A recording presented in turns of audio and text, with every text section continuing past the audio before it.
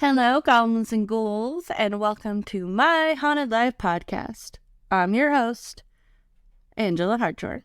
Am I your ghost host? No, we're not going there yet. And today, I'm telling you all about the ghost ships of Astoria. Dun dun dun dun! We're going really Scooby-Doo on this one.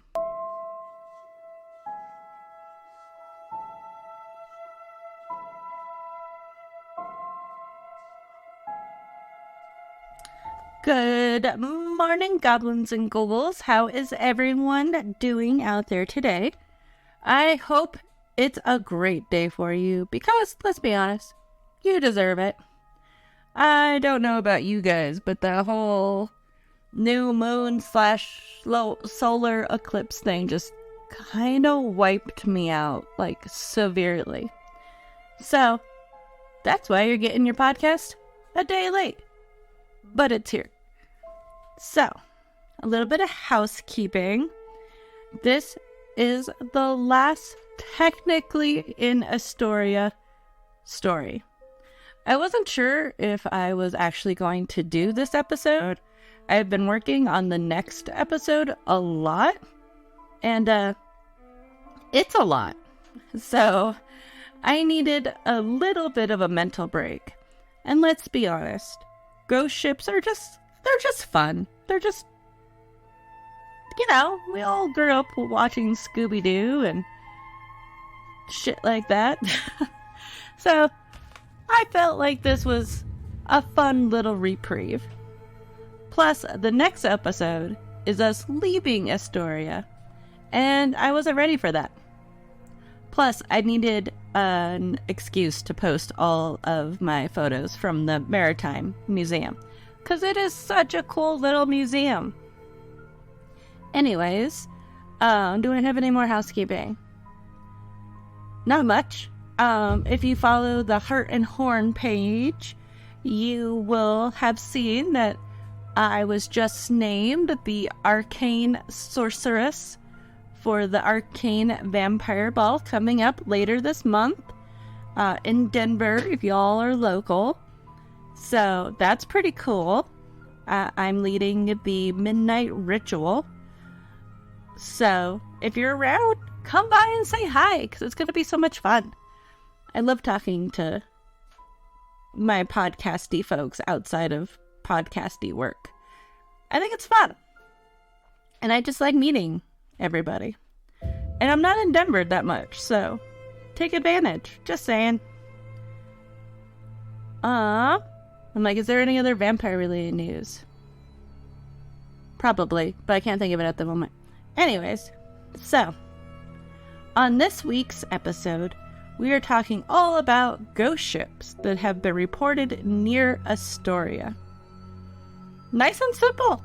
And there's surprisingly a couple. I don't know why I say surprisingly, because as we've seen with the Graveyard of the Pacific, there's a lot of stuff that's happened out there. So, I have 4 stories I'm going to tell you about.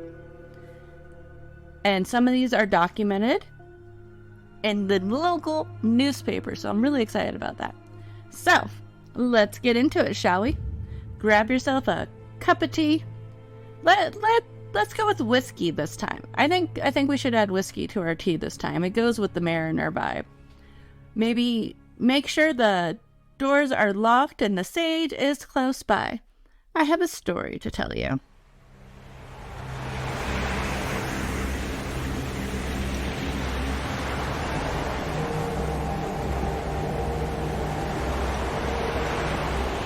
One of the coolest places we went to visit while we were in Astoria was the wreck of the Peter Iredale. Technically, you have to go to Warrenton to see the wreckage, but it's close, and it's always said to be in Astoria. I don't know why that is, but it's so cool.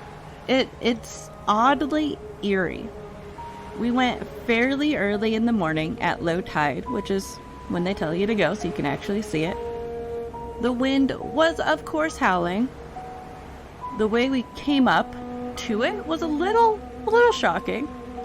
Warrington is this cute little area.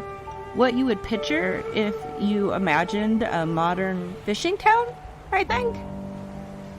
It reminded me of the little town my grandma lives in. A lot of cute little grandma houses. As you drive out of town, you are just like, bam, hit with jungle that pops out of nowhere. It's so funny. It's like tall grass versus jungle. You start driving through this very lovely state park with signs that point you to the wreck and different campgrounds.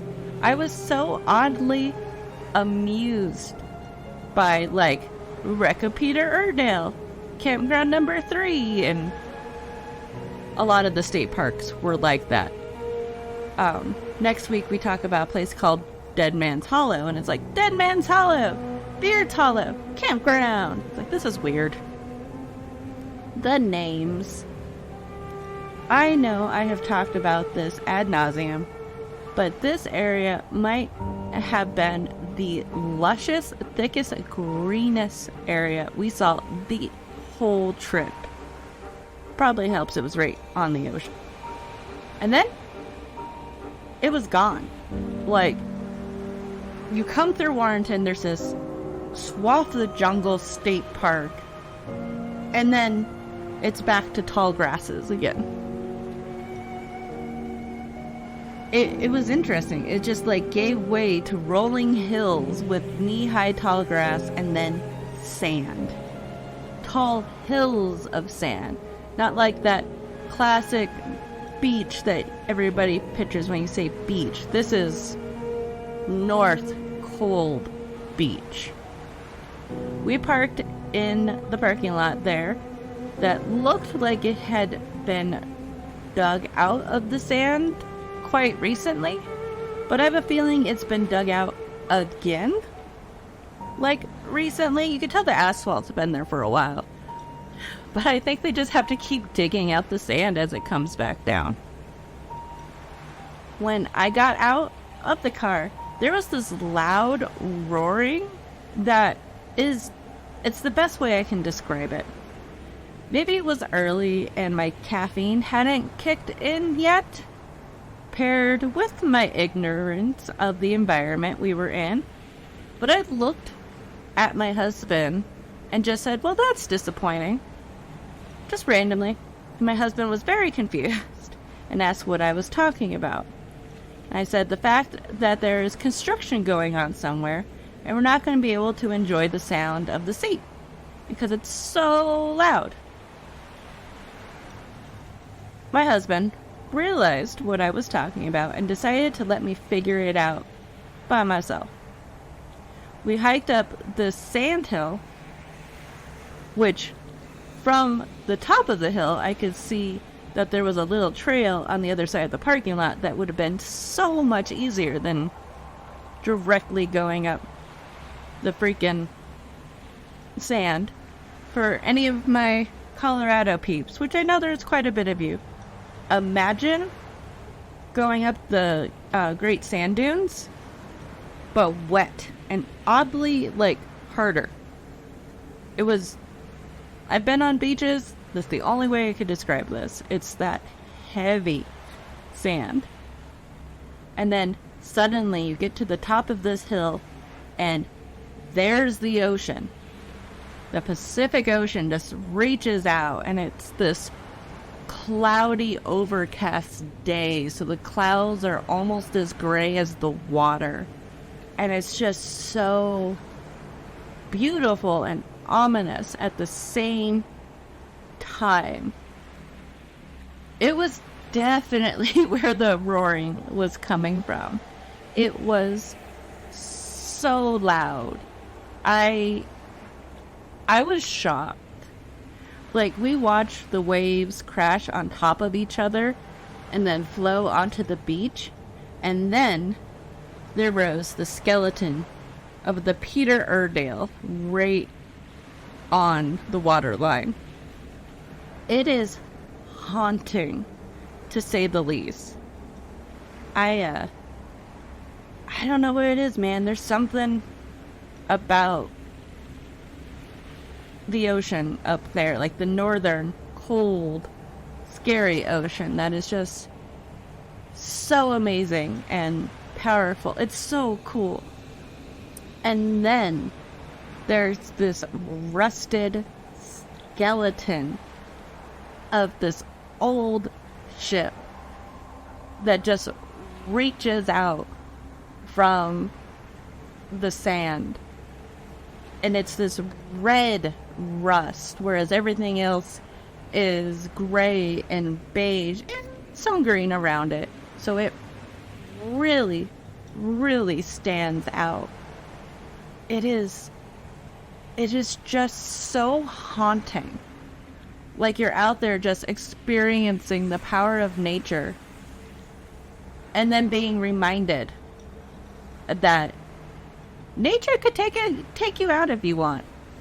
But yeah, the ship hull is just so haunting.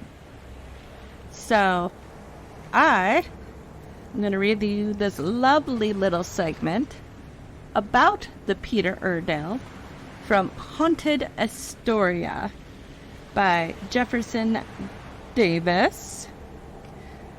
And, well, I'm going to read you about the ending of the Peter Iredale. The last leg of the Peter Iredale's final voyage began on 26 September 1906. Oh, almost my birthday. In Santa Cruz, Mexico. She set out with a crew of 27 and 1,000 tons of ballast. The crew found 2 stowaways who later wished they had stayed in Mexico. She was on her way to the Pacific Northwest to fill her hold with wheat, probably for transport to the Orient. The ship sailed for several weeks, approaching the mouth of the Columbia River. Early on the morning of 25th October, the lookout sighted the Tillamook Rock Lighthouse.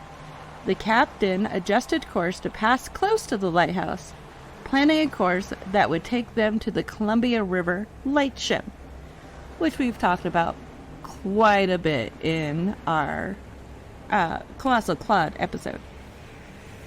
The Peter Iredale found the lightship, but encountered heavy fog and lost her way. A pilot vessel based out of Astoria usually sailed those waters. Its experienced captain could have guided the Peter Iredale through the water safely. Unfortunately, it was docked in Astoria for repairs. The winds shifted to the west. This change signaled the captain his ship's danger from a combination of the wind, a northern ocean current, and changing tide. The forces drove his ship toward the sandbar at the mouth of the Columbia. He attempted to steer away from the river, but the weather became worse, and the ship ran aground. The crew of the United States Life-Saving Station in Hammond reached the Peter Iredale and rescued all aboard. A later court of inquiry found the captain and crew innocent of the loss of the Peter Iredale. The ship slid up in a storm and eventually became buried. The Maritime Museum has photos that they put together in a time lapse of the decay of the Peter Iredale. I tell you all about this ship. I have to tell you, the Peter Iredale might be one of the few not haunted ships in Astoria. Remember, I said it was haunting, not haunted. In everything I could find, there are no ghosts attached to the wreckage. Probably because everybody survived. And everything I have read about there being no hauntings seems disappointed that there are no ghosts. Personally, I agree, because I feel like there should be ghosts. It looks so much like it should be haunted. The ocean just has its own energy and force that is just palatable out there. You can feel it. We explored the wreckage and walked along the beach until the tide came up. It definitely gave you a better appreciation for the graveyard of the Pacific. Now, what graveyard would be complete without a couple of ghosts, though? That's why we're here. The Peter Iredale might not be haunted, but there are plenty of other ghost ships, missing crew, and other mysteries around. In my adventures, I came across a couple of books about the hauntings in the area. I have cited them in the sources multiple times now during our Astoria chapter here, so you have probably heard these names a few times now. The following stories come from Haunted Astoria by Jefferson Davis and Haunted Graveyard of the Pacific by Ira Wesley Titchmarker.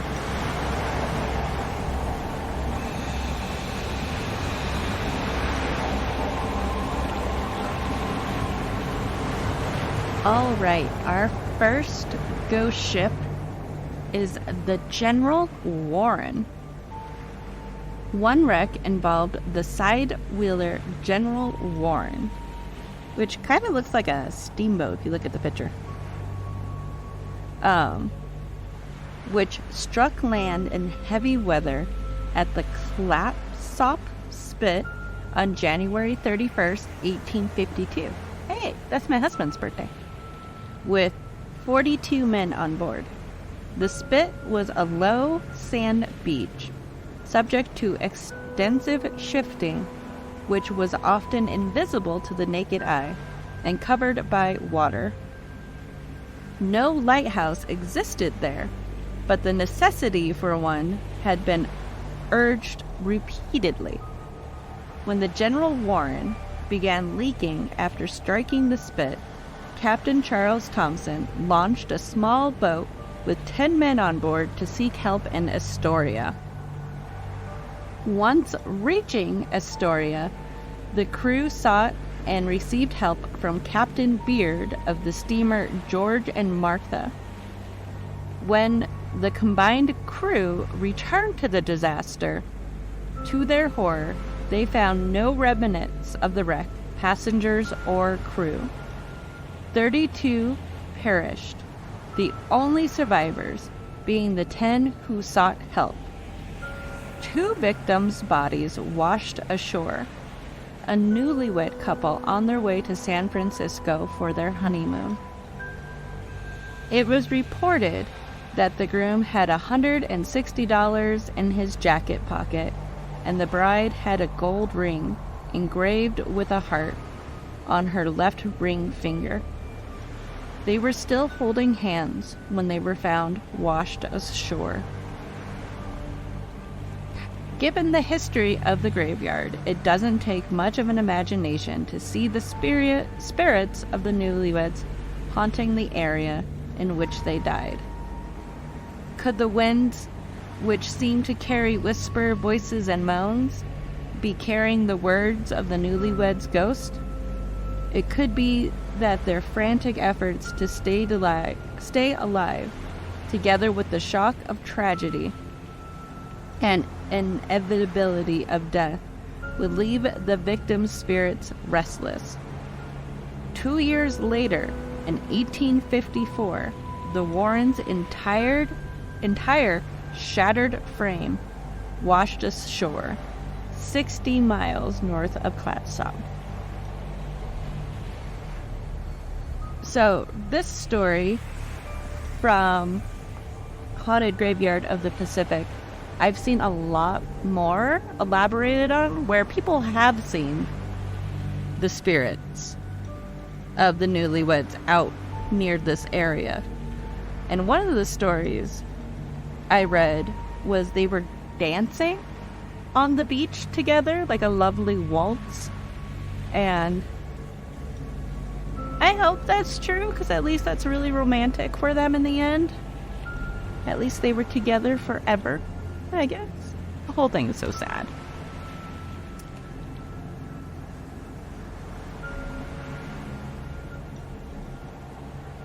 All right, our next story comes from the Daily Morning Astorian on June 22nd, 1878, with the headline, An Optical Delusion. There is just at this time a question being discussed at Fort Canby as to whether the people are visited by a veritable ghost or whether it is an optical delusion. If it is a ghost, it is a lively one. If an optical delusion, it is a success. The whatever it is has appeared on several occasions of late at various places on the Cape in close proximity to the habitations of man, but never so close to anyone as to the first officer of the steam launch Catata last Wednesday night. Captain B.F. Stevens had gone ashore looking for a lost net belonging to Badult and Company, and he left word with the first officer, Mr. Frank Hobson, that he would be back before bedtime to be taken on board. The Catata was anchored in the bay. Mr. Hobson, upon receiving the notice, went ashore, and while sitting on the dock, observed what he supposed to be Captain Stevens coming down to go on board. He spoke to him, or it, but receiving no answer, approached him, or it, when it very suddenly disappeared. Frank hadn't heard the ghost story, and in fact, he isn't very much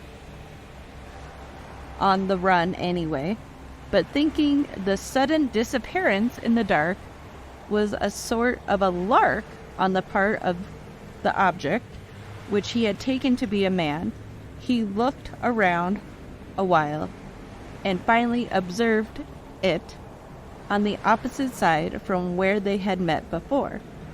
Not wishing to be outdone, he approached it the second time, when it as mysteriously disappeared as before, but this time down under the bridge leading to the garrison. As quick as thought, Frank leapt over the bank and followed it closely, but failing to find it, such sundry rocks after it into the darkness, until finally he seated himself on the side of the bridge, and with a piece of the cape in each fist, waited for it to appear again. It didn't come any more, but Captain Stevens soon arrived, as he had heard of the ghost, was prepared to explain the apparition.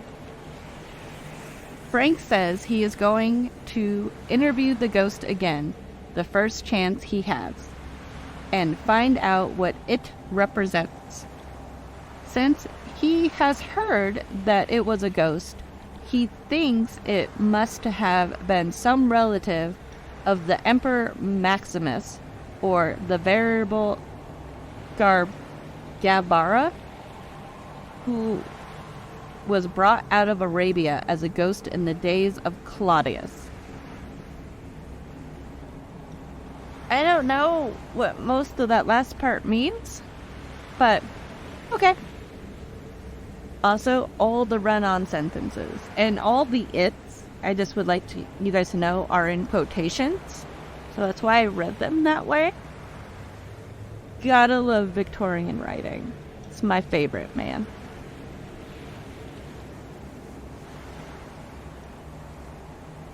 Another story from the Daily Morning Astorian is dated January 28, 1881, and the headline reads, Phantom Ship in the Columbia River.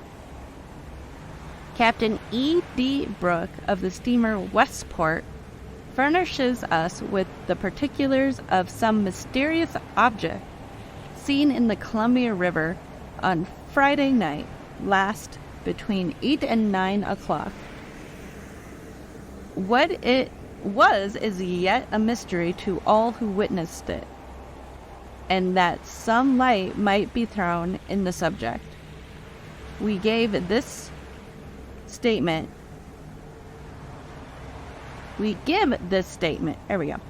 from Captain Brooke, the truthfulness of which is vouched for by all on board. He says, I left Astoria for Westport via Hungary Harbor at 5 o'clock on Friday last.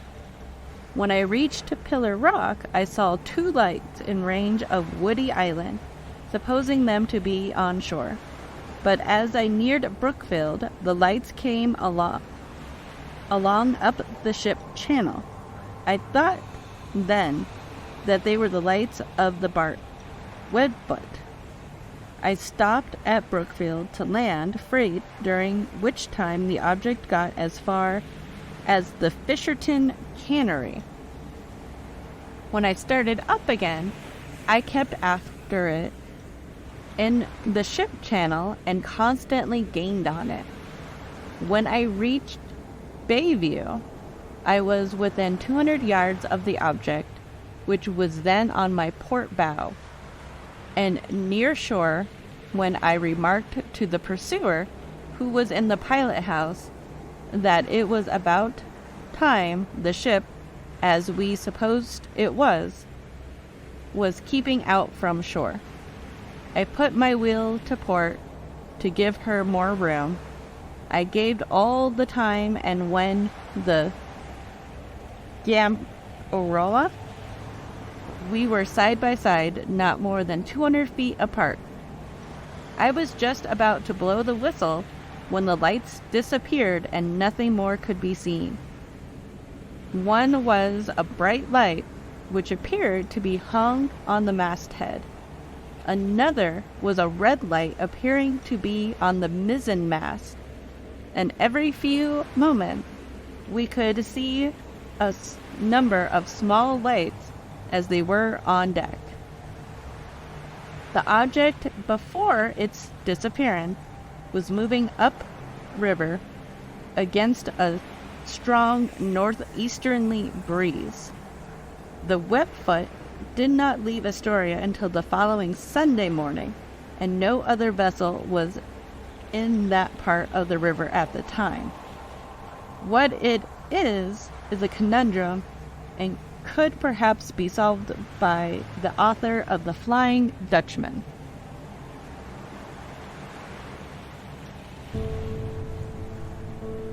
Our last story today comes from Haunted Graveyard of the Pacific, and it's technically the most recent one. I tried to do the stories in chronological order, but I also think it might be the most chilling, and I feel that Mr. Kitchmacher wrote about it beautifully. The J.C. Cousins. The 66-foot-long schooner J.C. Cousins, built in 1863, was formerly a luxury private yacht, and later, starting in 1881, operated as one of the 2 Astoria pilot boats. On October 6, 1883, the crew of 4 sailed off Clatsop Spit to await ships needing to be guided across the ever-dangerous bar. All appeared normal at first, but by late afternoon, things became strange. The Cousins was observed to be on the move, but it wasn't clear why, as there were no ships in need of assistance. Further, the Cousins was sailing through the treacherous breakers at the edge of the channel, rather than the calm water a few dozen yards away. It cleared the breakers, heading to the sea, but then a few miles offshore, it turned around and headed back to the bar again. When it got there, it once again turned around and headed back to the open ocean. It continued its erratic pattern until darkness fell. Some described it as seeming possessed. The next morning, a group of worried Astorians stood on the shore, watching the cousins continuing its strange back and forth across the Columbia. The Astorians wondered aloud if this odd behavior was somehow linked to the treacherous graveyard of ships. Around 1 p.m., the cousins headed back toward the land, this time making no attempt to turn back around. Described as churning through the surf with sails rigged and full of wind, the cousins slammed onto the beach and tilted over onto its side. The onlookers ran to help, but couldn't get near the wreck until several hours later at low tide. Nothing had moved on the deck of the J.C. Cousins. The ship looked lifeless. When the Astorians reached the Cousins, it is said they were stunned to find it empty and deserted. Both lifeboats were gone, and all the paperwork was missing from the wheelhouse, suggesting the vessel had been deliberately abandoned. There was no sign of the crew, and none of them were ever heard from again, despite search efforts. Later, one of the cousins' 2 lifeboats washed ashore, but the oars were still landed, indicating it had probably been washed overboard and not used to escape. Locals started speculating as to the cause of this strange event. One theory was that one crew member, a Mr. Zybrier, little known to anyone in town, had been hired by the J.C. Cousins competitors as a rat to murder the crew members and wreck the ship. The Cousins was in competition with the prominent Astorian captain George Fauvel's nautical monopoly. We know all about the Fauvel family. Some mariners, on returning to Astoria from ports in East Asia, claimed to have seen Zabar there, alive and well.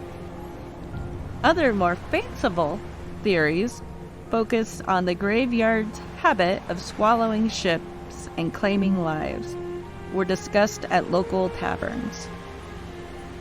These theories included a sea monster, giant squid, whale, or shark getting the men, or a mutiny in which the crew members murdered each other.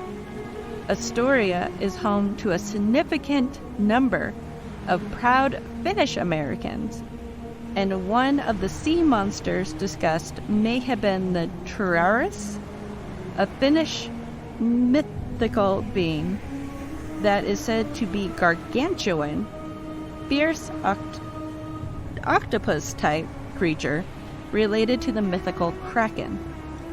It is also suggested that it could have been a ghost ship bearing down on the Cousins, frightening the crew so badly that they crashed looking for a way off the boat.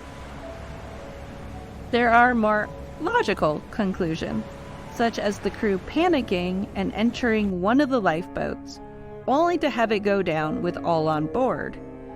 It could have been an accident, adverse weather conditions, waves, alcohol, exhaustion, suicide, or piracy. It could have been Fata Morgana? Fata Morgana? Usually experienced on land, seeing water on land, a mirage where there is none, leading the crew to see things that were not there. This phenomenon has been reported at sea before. Mariners believe they see, for example, a beautiful tropical island, jump into the ocean and head for it and disappear. But if one of these logical theories is correct, why did the cousins sail back and forth erratically for 12 to 24 hours? Perhaps it was instead caliture, the irresistible impulse to jump into the sea.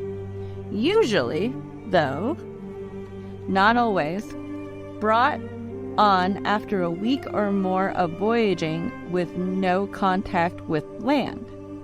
Some sailors have reported imagining the sea to be a green field and wishing to jump into it.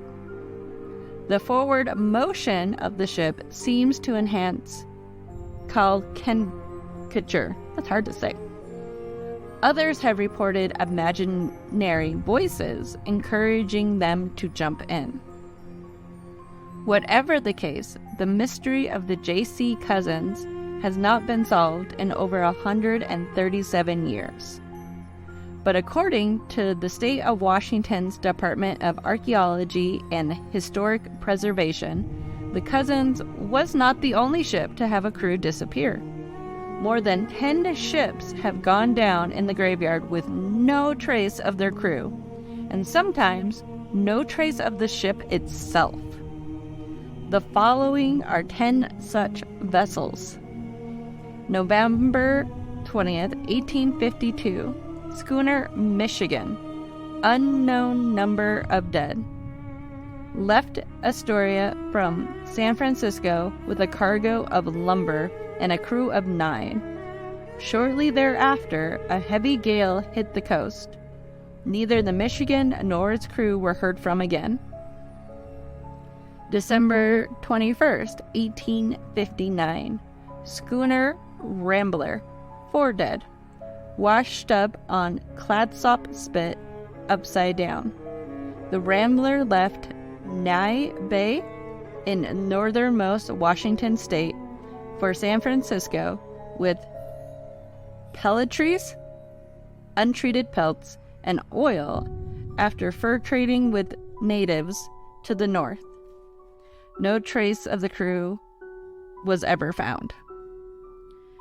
December 27, 1860. Bark, Lenonzy, 9 dead, washed up on Clatsop Spit, upside down. No trace of the crew was ever found. November 22nd, 1875. Schooner Sunshine, 25 dead, washed up on Washington State's Long Beach Peninsula, just north of Astoria, upside down. No trace of the people on board was ever found. October 24th, 1880. Barkentine, Maca, 11 dead, washed up on Tillamook Head, capsized. The Maca had been en route from Port Discovery, Washington, just north of Seattle, to Sydney, Australia, with lumber. No sign of the crew was ever found. January 4th, 1890. Schooner Dearborn, unknown number of dead, discovered capsized but afloat off the mouth of the Columbia River. No trace of the crew was ever found. December 11th, 1900, bark Andrada, unknown number of dead, disappeared off the mouth of the Columbia River and was believed to have sunk off the Washington coast with all hands on board. January 16th, 1901, bark Cape Wrath, it's a hell of a name, 15 dead, en route from Peru, South America, to Portland. Was sighted off the mouth of the Columbia River, but neither the Cape Wrath nor its crew were ever seen again. Oh, it almost made it. It was almost there. December 1909, schooner Susie M. Palmer, 12 dead, left Everett, Washington for San Pedro in South America with a cargo of lumber. was discovered off Cape Flattery, seemingly abandoned by its 12-man crew. Only the Susie M. Palmer's cargo kept it afloat until it washed ashore in San Joseph Bay in Canada weeks later. No trace of the crew was ever found. And the last one, February 28, 1918, schooner Americana, 11 dead, cleared the Columbia River bar with a cargo of lumber en route to Australia. No trace of the Americana or its crew was ever found.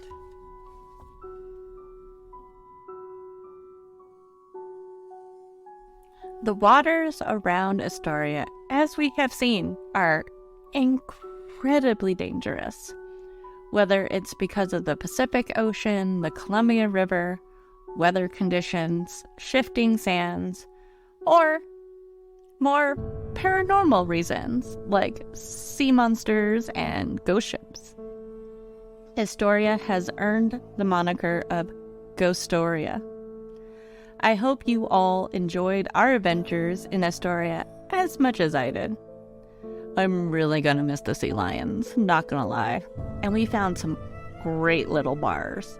So, if you get a chance, definitely visit. I barely scratched the surface of the history and the hauntings in Astoria. There was so much. So I only wanted to talk about the things I personally got to experience. Technically, I didn't get to experience ghost ships, of course, unfortunately. But I did get to experience the Maritime Museum and the Columbia River. So, it counts. But yeah, I'm really gonna miss the sea lions. Next week, we are technically moving on to Washington. Like, right on the boundary of Oregon and Washington. And exploring a couple of lighthouses with some dark history.